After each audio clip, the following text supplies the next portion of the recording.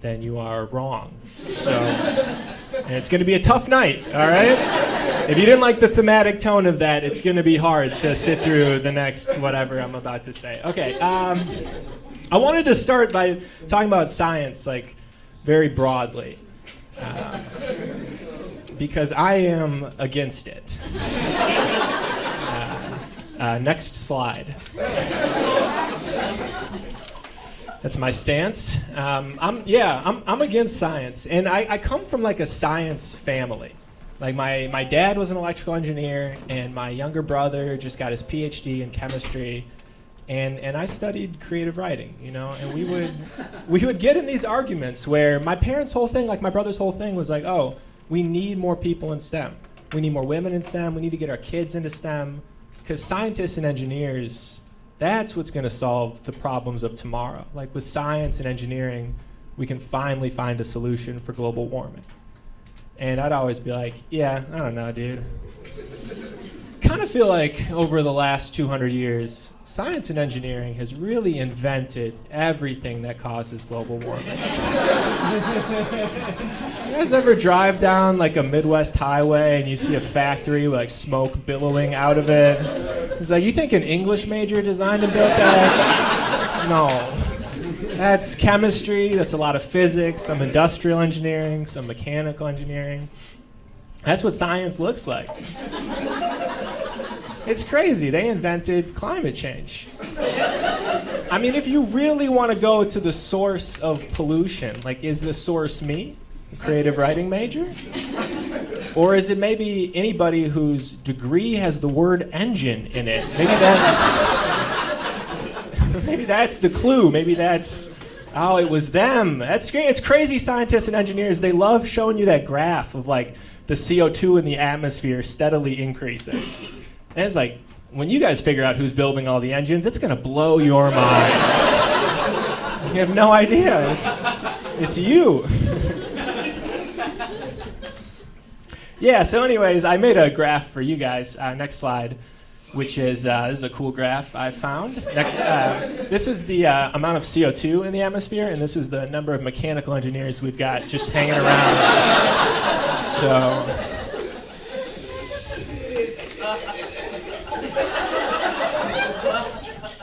Mechanical engineers, what the fuck, dude? I thought you guys were good at correlation. How come you can't figure that out? What happened? Yeah, it's, you know. I just feel like people say believe science. Like, it bothers me to see bumper stickers and yard signs or just like that believe science in whatever coexist font they've figured out how to. It's like, believe. I wish the problem was that there are all these ignorant people in the world that just like wouldn't listen or something. But it's like, that's not why. Like, science is right. The ice caps are melting. It's not because people don't believe you. It's because you keep teaching people thermodynamics. Like, you keep teaching them the ice caps are melting because your equations are working. You know, that's the only reason. Like, that's why. You know, I'm seriously. I like doing this. You know. And I have a liberal arts degree. So I could go home and like the worst thing I could do for the environment would be I could drive a moped around really fast. I could do moped pollution. That would be like the most damaging thing I could do. But if you really want to hurt society, like if you want to spill oil in the Gulf of Mexico, you have to be a genius. Like the people who spill oil in the Gulf of Mexico, they all have PhDs. They all have degrees from U Chicago and Northwestern and Loyola. You got to be a genius to spill oil in the ocean. It's really hard for people to admit this, but you need math to pollute. You need math if you want to hurt society. That's why in like every movie where there's an evil genius, it's an evil scientist. If there's a guy who's evil with a plan, he has like a laser and is pointed at something, he's going to unleash a plague, it's an evil scientist. I've never seen a movie where the main villain is like a diabolical poet. A guy in the Death Star, he's like writing sonnets or something. No, you need math. You need math if you want to hurt society. It's obvious, and I think you can hit the next slide, I think. I think that it's obvious now, like it's on people's mind now, probably Yeah, it says, does AI need ethical controls? Which, yeah, to be fair, I probably couldn't read that. I don't have my glasses in. Yeah, there's this idea, like it's on people's mind that science could backfire, that it could be dangerous. There's this idea of like, there's all this artificial intelligence, you can ask it whatever you want. Does it need ethics? Like if you ask ChatGPT or whatever, if you ask it something and the answer could be dangerous or harmful, like it'll stop itself and won't say something to you that you could use to hurt somebody. And I hate to break it to you guys, you can Google any dangerous question you want. If you ask Google a question like, why should I buy a gun? Google just tells you. So this is what I did. I thought it was fun to share with you guys. You can go to the next slide. I Googled make drone missile at home. And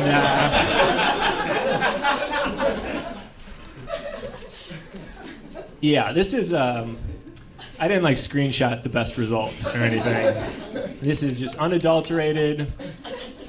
Who knows who searched this before me, but probably not good. So I don't know if you can read, but it got me 9.8 million results for make drone missile at home. It only took it a third of a second, that's pretty good. And what it says up here is it says, there's a video and there's kind of like a young woman in front of a military drone. It says DIY drone to test rocket guidance. And then it says quick look at current Spiker rocket, Bianca's drone prototype, Bianca's test so far. I don't know if we need ethical controls on AI. We definitely need ethical controls on Bianca. You know? We should. There's one kid we got to get out of STEM right there. It's just it's so naive. I mean, the arrogance to post stuff like this online and be like, oh, it's fun. No one will use this. Scientists have it, you know. I don't want to just like make fun of science and engineering the whole time I'm up here, obviously. But I think this is a good example of science and engineering is a mental disorder. You know, it's like, I mean, what is it? You think the world is like your Lego set. And if we keep letting them just like build to their heart's desires, those cool-headed logicians are gonna ruin society. That's actually a line from the Unabomber manifesto, but don't worry, I would only say it if he had great ideas. That's the only reason I would say it to a large room of people is if he was like a role model and you should kind of figure out what he did. And it's the only reason I'd say it, man. You can go to the next slide, I think. Yeah, there's obviously, I don't want to dwell on it. There's good science, of course, in the world. There's people that make prosthetic limbs, and there's scientists that work on curing cancer. That's great. It's not like, I'm not being facetious. Have you guys noticed that like a lot of good science just undoes problems that other scientists and engineers caused? Like science makes prosthetic limbs. That's great. If you go to war and you lose a limb, science will replace it for you.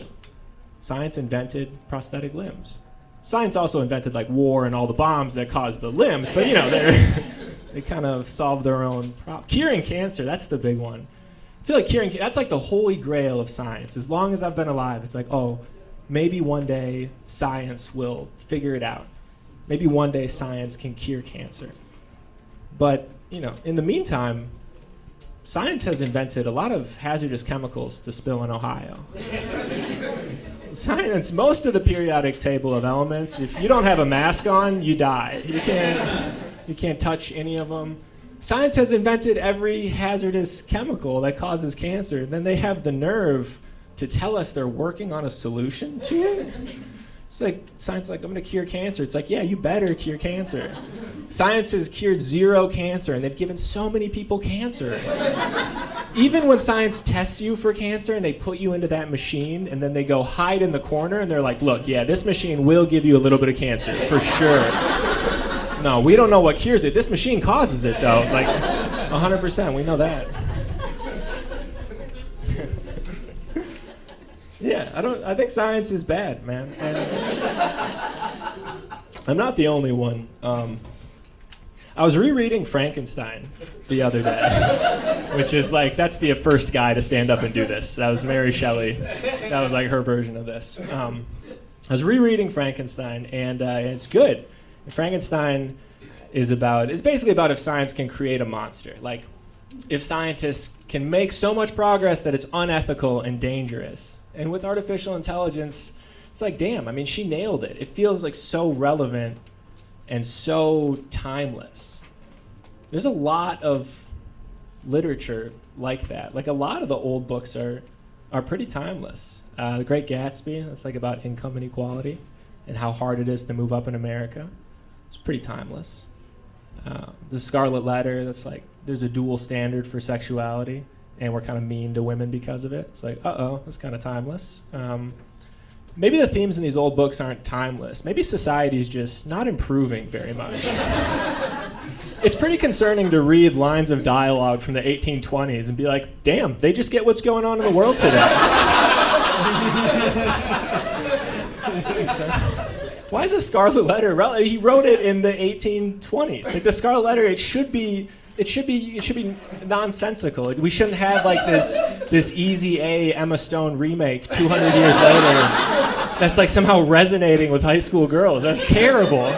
People are like, oh, he was so ahead of his time. It's like, no, we're way behind. We're meeting him somewhere in the 1860s. Girls are like, yeah, I went through that. It's like, dude, she didn't have running water. What the fuck? It's timeless, I guess. I don't know. I just feel like we'll always, I mean, we've done it with, I'm up here talking about science, and we made Jurassic Park. That's basically the same as Frankenstein. We made The Matrix. It's all just like, oh, can science go too far? And clearly we'll just keep talking about it as science goes farther and farther. Like the problem will just get worse and we'll just keep putting it into art, I think. I'm sure we're going to be doing this show 50 years from now, and like computers will have taken over society, and there'll be a bunch of machines in the sky, and the normal world will be a simulation, and we're all going to be in some underground cavern that we're calling Zion. And we'll be doing this show, reading the Scarlet Letter, being like, yeah, I guess we never figured out if women are people. Like, I guess we just never clicked. I guess that was timeless, you know? All right, that's probably the end of the science stuff, huh? Anybody on dating apps or anything like that? No, I'm just kidding. I don't give a fuck about that. You know what's nice about global warming is it's the first time I've seen my science friends concerned about the end of the world. It's nice because thinking about the end of the world, that used to be religion's thing. That's like the last chapter of the Bible, end of the Quran, even Buddhism. Like every religion, they end with a lot of explosions. It's biblical texts and superhero movies don't know how to wrap up a plot without destroying New York. Yeah, it used to be a religion's thing. It's so odd how close science and religion have become. Like if you go to the back page of the Bible, they're like, all right, God's going to come down. There's going to be like fire, floods, Earth will be destroyed, and science is like, all right, well, we don't think God is real, but that will happen to Los Angeles. We have all the data, and it kind of matches what you guys are saying in Revelation. Isn't that crazy? Science and religion are getting to the same spot. There used to be this guy when I was a kid that would hang out by the public library, and he had a sign that said, "The end is nigh." And at the time, I was like, oh, it's just like a crazy religious nut. But now that's like scientific consensus. Like science is like, oh, we're running out of fresh water. It's like, yeah, that's a complicated way of saying nigh. That's just a synonym for nigh. The nigh guy was right. The nigh guy nailed it. That's so messed up, by the way, that religion and science are getting to the same place. Like, if math says the earth is going to flood and prayer says the earth is going to flood, it's definitely going to flood. We don't have like a third way of figuring shit out. We just have two ways. And they're getting to the same answer, so it's probably a lock to happen. You know what religion does right is they bother you about it. Like, religion thinks the world is ending, and they go to the park and they hand out pamphlets and they yell at you. Scientists, I don't know, they write an article on NPR or something. It's like nobody reads that. If you think the earth is ending, do what crazy people do. Go yell at people on the train. Like, tell them. You should be on the L and a grad student should be shaking you like, recycle! Do what religion does. They got it right. Use words like nigh. That's so inspiring. Yeah, there's silver linings to global warming, I think. I've had a lot of friends say this, which is that they don't want to have a kid because of climate change, either because of overpopulation or they all use the same line. They're like, well, I just could never bring a kid into this messed up world. And I'm like, damn, dude, yeah, same. But if they ever do solve climate change, I'm going to have to think of a new excuse, like, immediately. It is convenient. I kind of love it that a major climate crisis perfectly overlaps with my 20s and 30s. I'll send a thank you card to ExxonMobil. Thank you for your service. Every oil spill leads to men staying single longer. It's awesome. CO2 has prevented more pregnancies than Planned Parenthood, probably. It's convenient. It's nice. You look like a good guy. You know, it's good pillow talk dialogue to look into somebody's eyes and be like, I could never bring a child into this world. It's terrible to be like, I don't want a daughter because I love the nightlife. Like, no, it's so fun. I love being out on a Saturday. I love doing this. That's why I can't start a family. Yeah, it's great. It's great to have a boogeyman to not let you have kids. Because I do think that every generation has had really bad things happen. Like, I'm pretty sure we're not the first generation to think, like, the world is going to end. We might be the first to be right, but we're not, like, the first to have it come up. And I would hope, like, no matter what, because it's tough to deal with, but I would hope that no matter what year you were living in, you used it to not have kids. I hope in the 1200s there's an argument between two 1200s people, and the guy was like, we should start a family, and the girl was like, in a world so thoroughly dominated by the Mongolian Empire? You want to have kids? Genghis Khan is out there.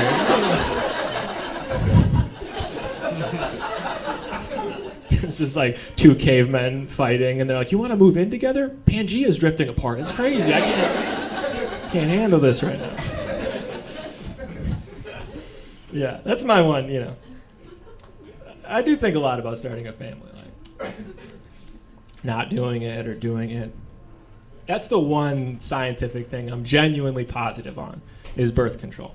I think that's been like the greatest invention. And we're so much further from where our parents were even, but especially from like where our grandparents were.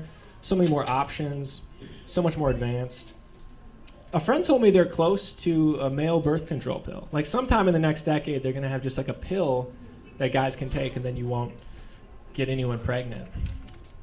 I think birth control is like so important. It's probably the most important thing you deal with in your 20s and 30s. It's maybe, if I can say it, maybe too important to trust men with. It could be. I haven't really figured out a way how to say this, but if there's a pill you can take where you don't have to wear a condom, the most common way to take that pill will just be to lie about it. I think people are wildly underestimating the amount of lying that will happen once we put male birth control into the universe. Just think it through for 30 seconds. There's going to be some lying. I'm not saying I'll do it, but there's going to be, some lying. I think it'll be great. It will solve, male birth control will solve problems. I think my girlfriend's tried every form of birth control, and they all have side effects. Like, none of them are perfect. They all have their own issues, and once we have male birth control, women won't have to take birth control, so they'll have zero side effects. And guys, we'll have zero side effects because zero of us will actually take it, and then we'll just have fixed birth control. Male birth control will just be the first birth control that causes pregnancy. But besides that, it's fine. It's there's no side effects except for you get a daughter after a while. You cured it. No, I didn't. I mean, I was thinking about this whole family thing. I have pretty young parents. My parents had me in their mid-20s. They're 24, 25. And that would be unheard of today. They lived in Minneapolis. To have kids in a city in your 20s, it doesn't even compute. I don't know anybody with kids. I would guess almost no one here has kids. People really don't have kids in their 20s anymore. You still see pregnancies, but it's like high schoolers or successful 32-year-olds. In the city, there's no 25-year-old pregnancy. We cured that. I think that's our version of curing polio. If you get pregnant in the city, you're like a high school sophomore, or you just got promoted at a law firm. But there's no one else is pushing strollers. It's just those people. Nobody in their 20s has kids anymore, and you can really tell. Like every time I go out to eat, it's packed. You got to get a reservation. Concert tickets are so expensive. I had a friend tell me that Taylor Swift tickets are $2,000 because of Ticketmaster. Like, no, absolutely. They're $2,000 because we have 50 million extra women with no kids in their 20s and money to blow. It's just, that's why SZA, Beyonce, Taylor Swift, they sell at the United Center. It's like couples go and spend